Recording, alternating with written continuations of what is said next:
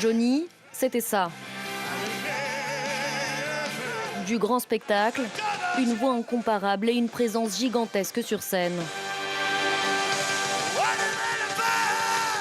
50 ans de carrière, plus de 100 millions d'albums vendus, une quarantaine de disques d'or, 28 millions de spectateurs et près de 190 tournées.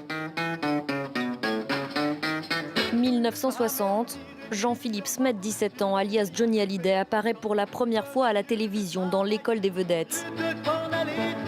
Pour cette grande première, il est parrainé par Lynn Renaud. Mais je vous préviens tout de suite, Aimé, il répond par oui ou par non. Hein? C'est monsieur oui, non? C'est monsieur oui, non. Monsieur Oui Non est immédiatement remarqué. Très vite sort Souvenir, Souvenir, le tube qui propulse le jeune chanteur parisien en haut de l'affiche. Puis les succès s'enchaînent, l'idole des jeunes et bien sûr Retient la nuit.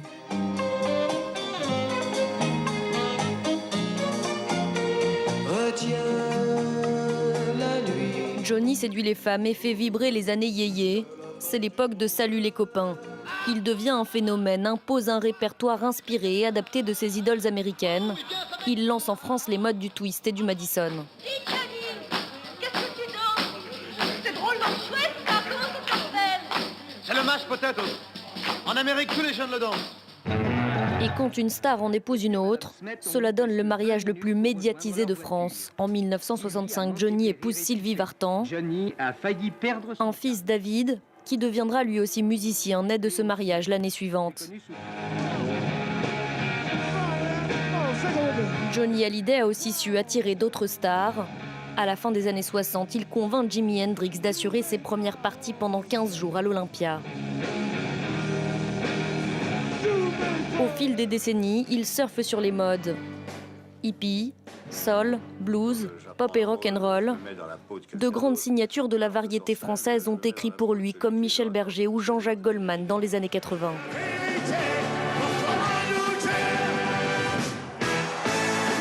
La vie privée de Johnny défraie aussi la chronique. Infatigable séducteur, il se sépare de Sylvie Vartan au début des années 80. Plusieurs femmes ont marqué sa vie. L'actrice Nathalie Baye, avec qui il a une fille, Adeline Blondiot, et enfin sa dernière compagne, Laetitia. Ensemble, ils adoptent 2 petites filles au Vietnam, Jade et Joy. Pour chacune de ces tournées, Johnny joue à guichet fermé devant des dizaines de milliers de personnes. Un show grandiose dans d'immenses stades, comme ici au Parc des Princes. Et puis finalement, des mains de Jacques Chirac, il reçoit la Légion d'honneur en 1997. Je me rappelle aussi de Bercy, où je suis allé te voir 4 fois. 4 fois, non, pas 4 fois pour le même spectacle, n'est-ce pas? Oui. Non, j'aime beaucoup Johnny Hallyday, mais enfin... Johnny a aussi beaucoup tourné au cinéma. Il compte plus de 20 films à son actif. À partir de 2009, la santé du chanteur se dégrade.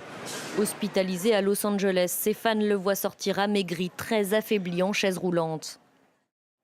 En mars dernier, il confirme être atteint d'un cancer sur Twitter, mais il assure que ses jours ne sont pas en danger. Et comme pour le prouver, il reprend en juin sa tournée des vieilles canailles avec ses amis Jacques Dutronc et Eddie Mitchell.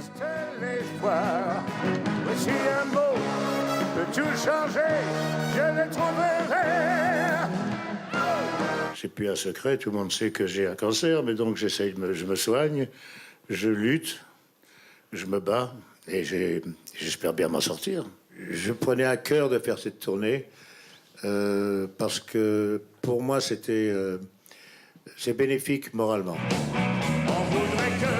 Installé à Los Angeles depuis une dizaine d'années, Johnny Hallyday n'a pas eu la renommée internationale qu'il aurait souhaité. Mais en France, il restera une légende. Et dans le cœur de ses fans, il ne cessera, comme il le dit dans une de ses dernières chansons, de rester vivant.